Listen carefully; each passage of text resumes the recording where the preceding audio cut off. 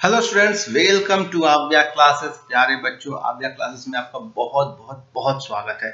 और आज जो हम लोग टॉपिक पढ़ने वाले हैं वो है एनसीईआरटी 1.11 सेक्शन इलेक्ट्रिक डाइपोल का। और इलेक्ट्रिक डाइपोल का कंसेप्ट बहुत इंपॉर्टेंट भी है, बहुत इजी भी है। सो आइए बिना समय गंवाए हुए एक एक करके हम लोग इस कंसेप्ट को समझते हैं। यदि दो पॉइंट चार्ज जो इक्वल हो और अपोजिट हो, उसको यदि एक स्मॉल डिस्टेंस से सेपरेट करके रखा जाए ना, तो वो जो स्ट्रक्चर बनता है उसको हम लोग डाइपोल कहते हैं। यहाँ पर एक प्लस क्यू चार्ज ले लो और एक माइनस क्यू चार्ज ले लो, और इसको एक डिस्टेंस 2a से आप सेपरेट करके रखोगे, तो ये जो बनाएगा ना कॉम्बिनेशन, इसको डाइपोल बोलेंगे। और इस डाइपोल का जो डायरेक्शन क्या होगा, इसका डायरेक्शन कन्वेंशन ये है कि माइनस चार्ज से प्लस चार्ज के डायरेक्शन को हम लोग डाइपोल का डायरेक्शन मानते हैं। क्योंकि डाइपोल एक वेक्टर क्वांटिटी है, इसलिए इसका जो डायरेक्शन होता है माइनस क्यू से प्लस क्यू की तरफ होता है। अब आप ये मत समझो कि डाइपोल के फॉर्मेशन के लिए क्यू और माइनस क्यू होना चाहिए। आपको कुछ भी हो सकता है, like plus 2q minus 2q, या फिर ऐसा भी हो सकता है प्लस क्यू माइनस 2q और q। क्यों? क्योंकि यहाँ पर ना प्लस क्यू और माइनस क्यू, ये जो डिस्टेंस a होगा ये एक डाइपोल बना देगा, और फिर दूसरा जो माइनस क्यू और प्लस क्यू, मान लेते डिस्टेंस b है, तब भी ये डाइपोल बना देगा। तो यहाँ पर एक डाइपोल ये हो जाएगा, दूसरा डाइपोल ये हो जाएगा, यहाँ पर ये एक डाइपोल हो जाएगा। तो डाइपोल होने के लिए जो बेसिक कंडीशन होना चाहिए कि pair of equal and opposite charges separated by A small distance से सेपरेट होना चाहिए, बहुत ज्यादा डिस्टेंस से भी नहीं। So I think ये हम लोग समझ के, the direction from minus q to q is said to be the direction of dipole. Mid point of जो ये dipole को हम लोग बोलते हैं center of dipole. So इसका जो mid point होगा ना यहाँ से a distance पर, उसको बोलेंगे center of dipole. अब इनको यदि मैं टोटल चार्ज के बारे में बात करूं, इसको एक सिस्टम मानूं और टोटल चार्ज के बारे में बात करूं, तो प्लस क्यू और माइनस क्यू मिलकर के टोटल चार्ज 0 बना देगा। लेकिन इसका मतलब ये नहीं है कि किसी भी डिस्टेंस पर यदि हम लोग इलेक्ट्रिक फील्ड को निकालना चाहे तो इलेक्ट्रिक फील्ड का वैल्यू 0 होगा। नहीं, इलेक्ट्रिक फील्ड का वैल्यू 0 नहीं होगा। क्यों नहीं होगा? क्योंकि दोनों जो चार्ज एक जगह पे नहीं रखे गए हैं। यदि प्लस क्यू और माइनस क्यू दोनों एक ही जगह पे रखा रहता, तब किसी पर्टिकुलर पॉइंट पर इलेक्ट्रिक फील्ड का वैल्यू 0 होता। क्योंकि इनके बीच में गैप है, इसलिए इलेक्ट्रिक फील्ड का वैल्यू होगा। लेकिन गैप चूंकि कम है, तो सपोज करो कि इसे बहुत दूरी पर देख लिए, बहुत दूर पर देख रहे हो, तो बहुत दूर के लिए ये दोनों को आप एक दूसरे को एक यूनिट की तरह समझ सकते हो। लाइक मैं बोलूं कि यहाँ पर प्लस क्यू है, यहाँ माइनस क्यू है, और यहाँ पर मैं ले रहा हूँ। सो यहाँ से इसकी डिस्टेंस और यहाँ से इसका डिस्टेंस दोनों ऑलमोस्ट इक्वल होगा। इसलिए एक के कारण यदि इलेक्ट्रिक फील्ड आउटसाइड होगा तो दूसरे के कारण इनवर्ड होगा। ये कैंसिल आउट कर देगा। इस कारण से बोल सकते हो कि electric field due to dipole बहुत रैपिडली डाई होता है। ज्यादा दूरी पर electric field due to dipole आपको क्या मिलता है? 0 मिलता है। यही सारी बातें लिखी गई है। The total charge of electric dipole is obviously 0, but field of electric dipole 0 हो ऐसा नहीं है, क्योंकि ये दोनों चार्ज स्मॉल डिस्टेंस से सेपरेट होते हैं। Electric field due to them जब ऐड किया जाता है तो एग्जैक्टली कैंसिल आउट नहीं करते हैं, लेकिन डिस्टेंस बहुत ज्यादा लेने पर सेपरेशन बिटवीन टू चार्ज जो डाइपोल को फॉर्म करते हैं, उसके लिए कंडीशन क्या होना चाहिए? R is much greater then 2a। Separation between dipole बहुत छोटा है डिस्टेंस से। The fields due to q and minus q nearly cancel out. ठीक है? So the electric field due to dipole therefore fall off at large distance faster than like 1 by r square dependence of r on field due to single charge. ये क्या बोल दिया, आपको समझ में आया? प्लस क्यू के कारण इलेक्ट्रिक फील्ड बहुत r डिस्टेंस पर क्या होता है? 1 by r स्क्वायर का फॉर्मेशन बनाता है। आपको इलेक्ट्रिक फील्ड का मालूम है, वैल्यू क्या होता है? 1 by 4 pi epsilon naught q by r square। Electric field is proportional to 1 by r square। हम लोग देखेंगे कि डाइपोल के केस में इलेक्ट्रिक फील्ड प्रोपोर्शनल होता है r क्यू के। इसका मतलब हो गया कि फास्टर ये डाई करता है इलेक्ट्रिक फील्ड। अब देखो, field due to electric dipole हम लोग देख लेते हैं सबसे पहले। उससे पहले मैं इसको इरेज कर देता हूं। सो जब हम लोग electric field due to dipole निकालेंगे तो किस तरीके से निकालेंगे? आपको डाइपोल में एक तरफ माइनस क्यू है, एक तरफ प्लस क्यू है, और आप इनके बीच के डिस्टेंस को आप ए से दिखाओ, 2a से दिखाओ, किसी से भी दिखा सकते हो। कैलकुलेशन में हैंडी हो इसलिए इनके बीच के डिस्टेंस को मैं 2a से दिखा रहा हूँ। अब डाइपोल में इलेक्ट्रिक फील्ड ना किसी हर एक पॉइंट के लिए अलग अलग रहेगा। एक होता है इन जनरल किसी पॉइंट पर, एक होगा कि यदि आप एक्सिस पर निकाल रहे हो, सपोज करो ये एक्सिस है, इस पर निकाल रहे हो, तो इसको आप बोलोगे एक्सियल पॉइंट। क्या बोलोगे? Axial point. दूसरा, आप इसके परपेंडिकुलर डायरेक्शन में निकालोगे तो आप बोलोगे, या परपेंडिकुलर प्लेन में निकालोगे तो इसको बोलोगे इक्वेटोरियल प्लेन। सो आपको इन दोनों के लिए फॉर्मूला डिराइव करोगे और इन दोनों के हेल्प से एज ए जनरल पॉइंट के लिए निकालना है। ठीक है, तो सबसे पहले हम अच्छा मेथड क्या अपनाओगे? इलेक्ट्रिक फील्ड ड्यू टू दोनों चार्ज के लिए अलग अलग निकालोगे और सुपर इम्पोजिशन प्रिंसिपल से उसको ऐड करोगे। तो सबसे पहले पॉइंट ऑन द एक्सिस पर निकालते हैं। अब इसके लिए आप क्या करो कि सेंटर से प्लस क्यू वाले डायरेक्शन में आर डिस्टेंस पर निकाल लो। क्योंकि आप एक स्टैंडर्ड फॉर्मेट लोगे कि कहाँ से निकाले, तो सेंटर से प्लस क्यू वाले साइड में आर डिस्टेंस पर एक पी पॉइंट लेते हैं और वहां पर देखते हैं कि क्या निकलता है। सो सबसे पहले आप माइनस क्यू जो चार्ज है इसके लिए इलेक्ट्रिक फील्ड निकालो। सो ई माइनस क्यू से आपने इसको रिप्रेजेंट किया, और इलेक्ट्रिक फील्ड एक चार्ज के लिए क्या होता है? 1/4 pi epsilon not minus Q, और ये डिस्टेंस कितना है? ये डिस्टेंस है r प्लस ए, ये लेंथ है a, सेंटर से है r distance, so r plus a का होल स्क्वायर। अब चूंकि वेक्टर क्वांटिटी है तो इसका हमको डायरेक्शन से बताना होगा, तो डायरेक्शन हम लोग इस डायरेक्शन में हम लोग यूनिट वेक्टर को p कैप से दिखाते हैं। यहाँ पर p कैप होगा। सो P क्या चीज है इसके बारे में आगे आपको आएगा। P बेसिकली होता है वेक्टर, इसको हम लोग बोलते हैं डाइपोल मोमेंट। क्या होता है? Dipole moment. और इसका डायरेक्शन होता है फ्रॉम माइनस क्यू चार्ज और प्लस क्यू चार्ज है, तो माइनस क्यू से प्लस क्यू की तरफ डायरेक्शन हो गया। और मैग्नीट्यूड क्या होता है? एक चार्ज इनटू इनके बीच का जो डिस्टेंस है, तो Q इंटू 2a। यदि इनके बीच का डिस्टेंस d होता तो Q इंटू डी, यहाँ पर 2a है तो Q इंटू 2a, और डायरेक्शन हो गया माइनस क्यू से प्लस क्यू की तरफ। सो यूनिट वेक्टर जो माइनस क्यू से प्लस क्यू की तरफ है। क्यों? क्योंकि आपको इलेक्ट्रिक फील्ड इसके कारण इस डायरेक्शन में होगा। ठीक है, सो यहाँ पर माइनस साइन ले लिए, सो माइनस पी कैप किस डायरेक्शन में होगा? इस डायरेक्शन में होगा। अब प्लस क्यू चार्ज के लिए देखते हैं, तो E प्लस क्यू हो जाएगा 1/4 pi epsilon naught Q divided bye, क्या होगा? डिस्टेंस r है टोटल सेंटर से, तो प्लस क्यू चार्ज से होगा r माइनस ए का होल स्क्वायर और p कैप, इसके लिए इस डायरेक्शन में होगा। ठीक है, जिस डायरेक्शन में यूनिट वेक्टर डाइपोल मोमेंट का है उसी डायरेक्शन में आ गया। सो ये आपको दो निकल गया। अब इन दोनों को आप यदि जोड़ दोगे ना तो आपको नेट इलेक्ट्रिक फील्ड इस पॉइंट पर निकल जाएगा। सो ई नेट आपको एट पॉइंट r डिस्टेंस पर निकालना होगा, तो क्या होगा? 1/4 pi epsilon naught Q by r minus a का whole square minus Q by r plus a का होल स्क्वायर और p कैप।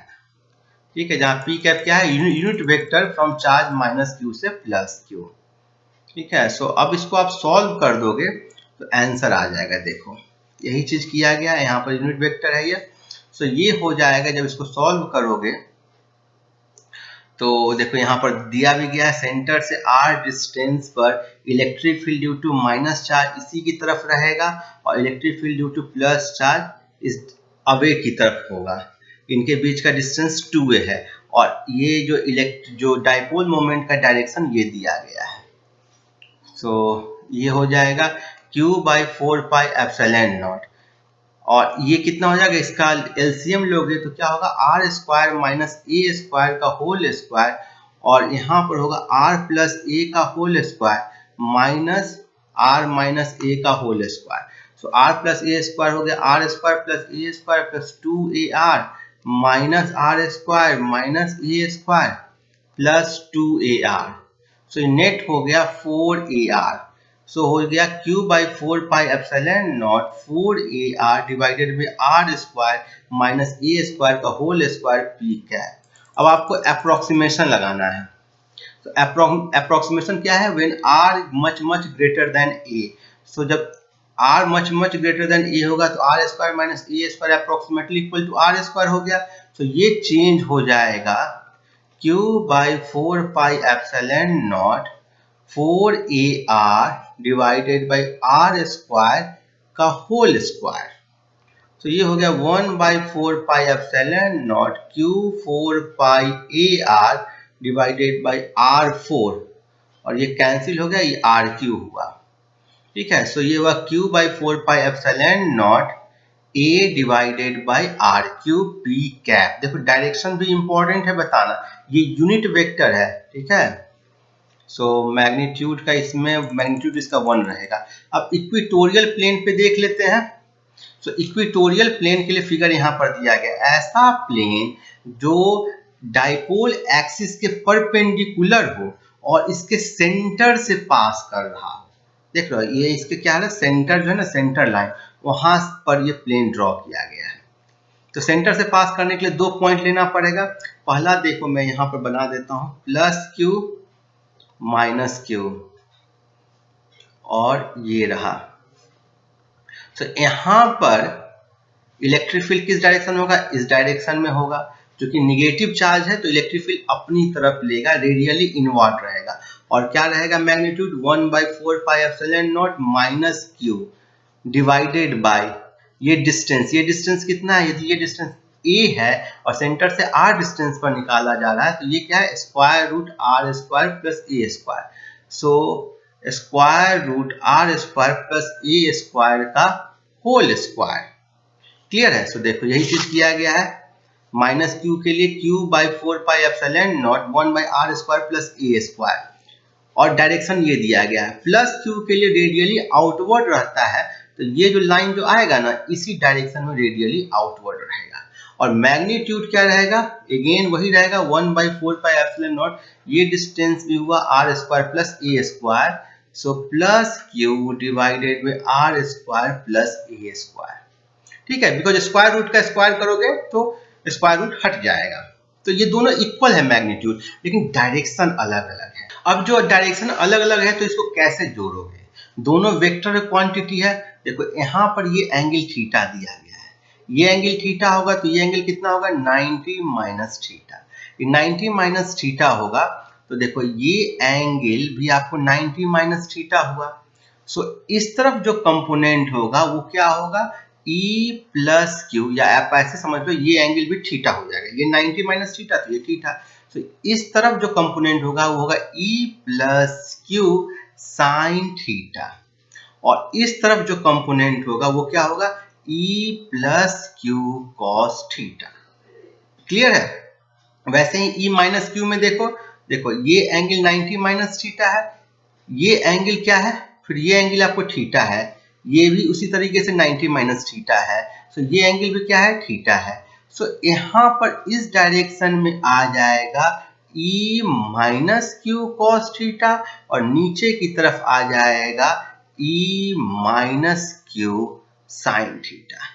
अब आपको मालूम है कि नीचे की तरफ है E minus Q sine theta और ऊपर की तरफ है E plus Q sine theta और E प्लस Q और E माइनस Q दोनों बराबर हैं तो दोनों एक दूसरे को कैंसिल आउट कर देगा। केवल इसी डायरेक्शन में बचेगा दोनों का cos component E plus Q cos theta और E minus Q cos theta.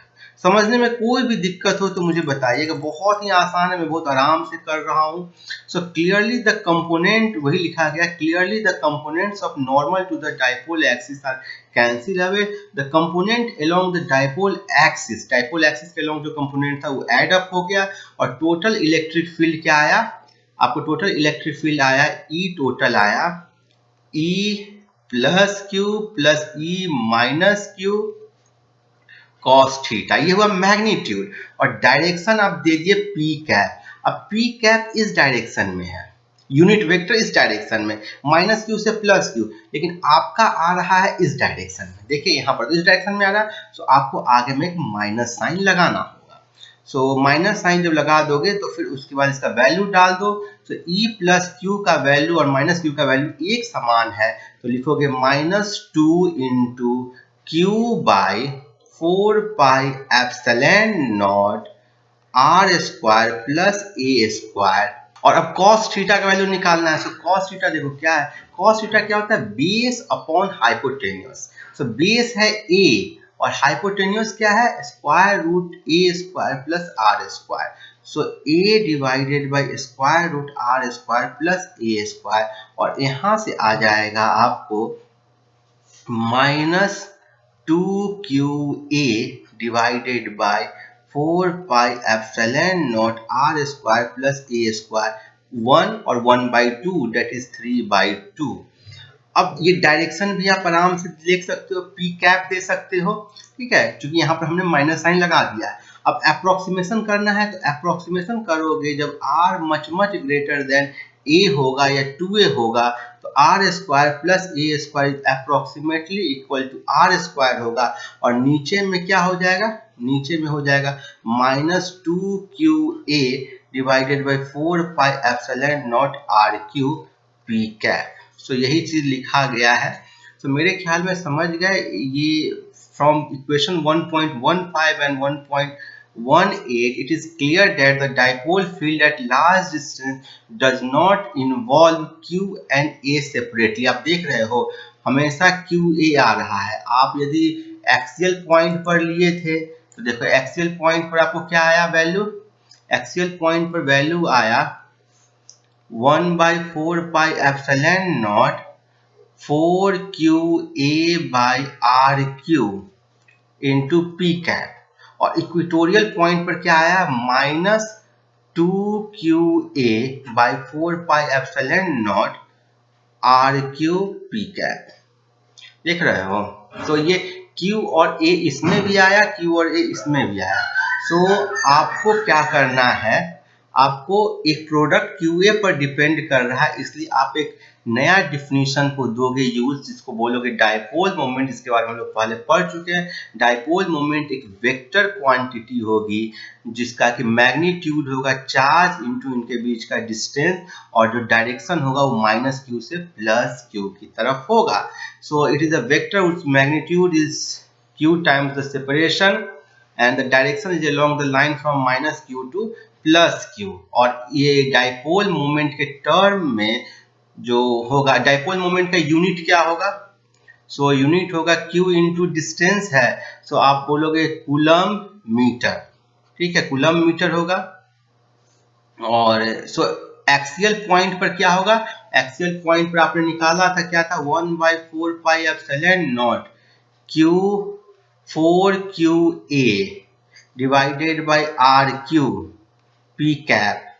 सो 2qa है आपको p के बराबर, तो करोगे 1/4 पाई एप्सिलॉन नॉट 2p। अब यूनिट वेक्टर को इसके साथ लगा दोगे तो बन गया वेक्टर डाइपोल मोमेंट का बाई आर क्यू, और इक्वेटोरियल पॉइंट के लिए हो जाएगा -p/4 pi epsilon naught r cube. और ये दोनों फॉर्मूला कब वैलिड है, जब r a से बहुत बड़ा है। यदि a से बहुत बड़ा नहीं होगा, अप्रोक्सीमेशन नहीं होगा, तो आपको जो ओरिजिनल फॉर्मूला डिफाइन किया गया है उसको लेना पड़ेगा। अब इसमें एक इंपॉर्टेंट पॉइंट आप देख रहे हो, ये 1/r² के वे में फॉल ऑफ नहीं हो रहा है, डाई आउट नहीं हो रहा है, जैसे +q या -q के केस में हो रहा था। ये जो है ना 1/r³ में हो रहा है। Further, the magnitude and direction of dipole field depends not only on the direction r, but also the angle between the position vector r and the dipole moment p। ये भी बहुत ही ज़्यादा इम्पोर्टेंट है। ये किस बात पर डिपेंड कर रहा है, देखो उसमें +q था तो r डिस्टेंस इधर लो, इधर लो, इधर लो, ठीक है, ये सब में डायरेक्शन केवल इलेक्ट्रिक फील्ड का चेंज हो रहा था, लेकिन मैग्नीट्यूड आपको क्या था, हर एक पॉइंट पर सेम आ रहा था।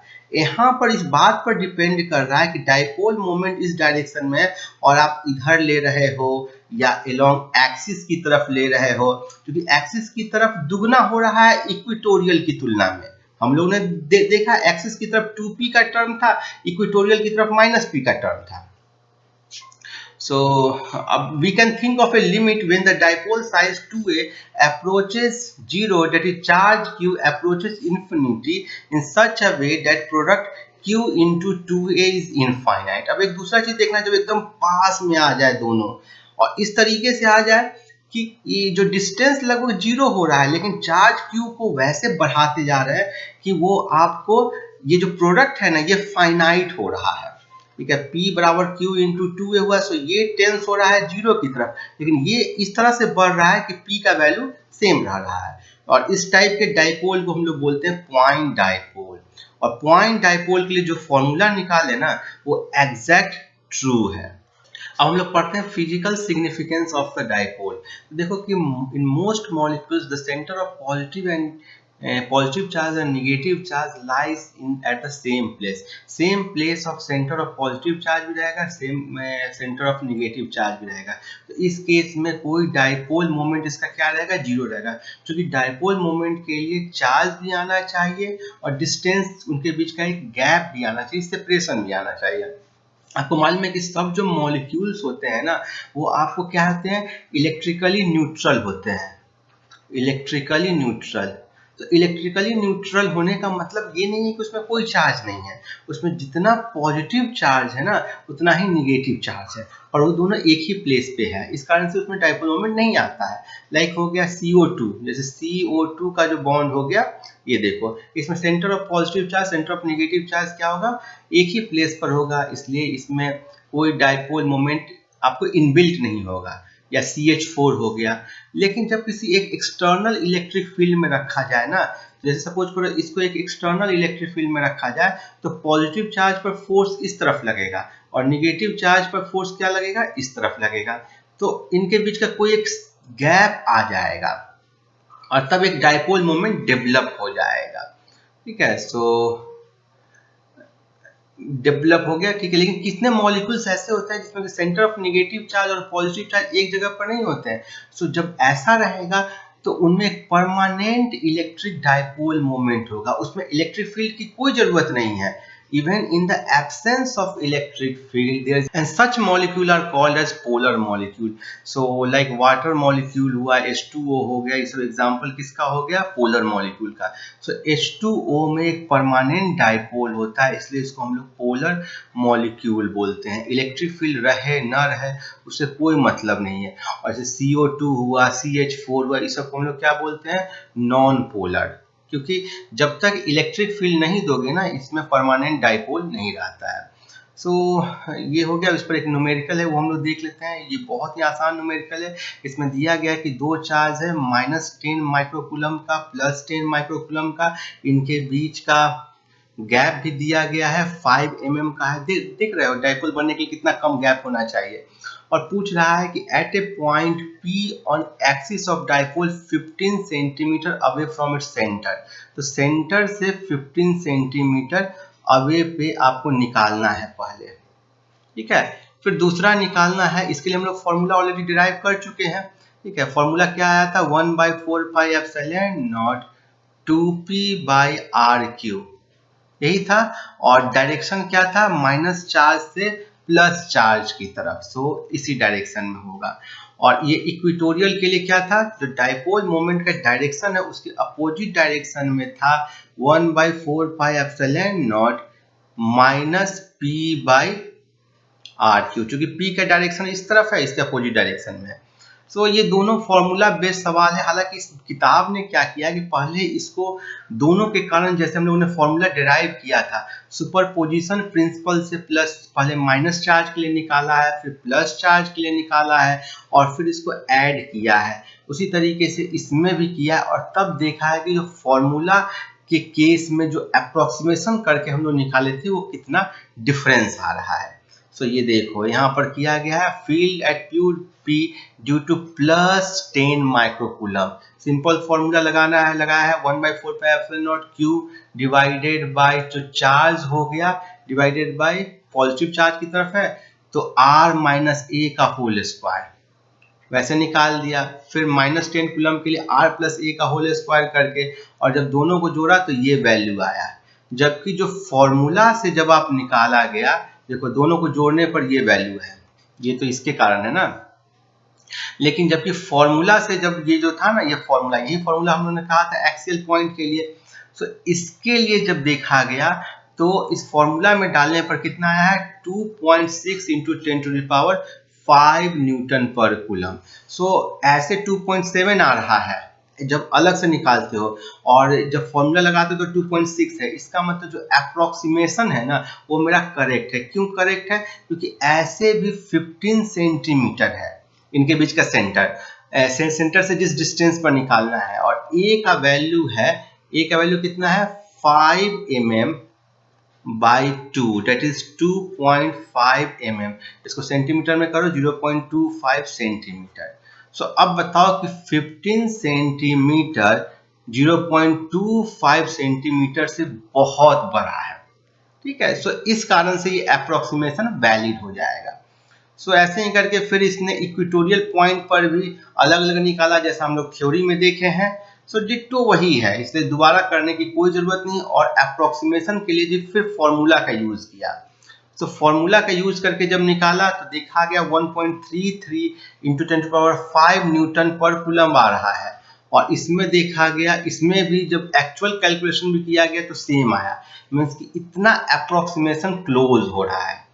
तो मेरे ख्याल में इसमें समझ गए होगे, इसमें से कोई दिक्कत नहीं हुई होगी, और आपको वीडियो बहुत अच्छा लगा होगा। अगले वीडियो में हम लोग एक्सरसाइज 1.12 जो है ना, जो सेक्शन 1.12 इसको पढ़ेंगे, dipole in electric external field. So keep watching, happy learning, thank you.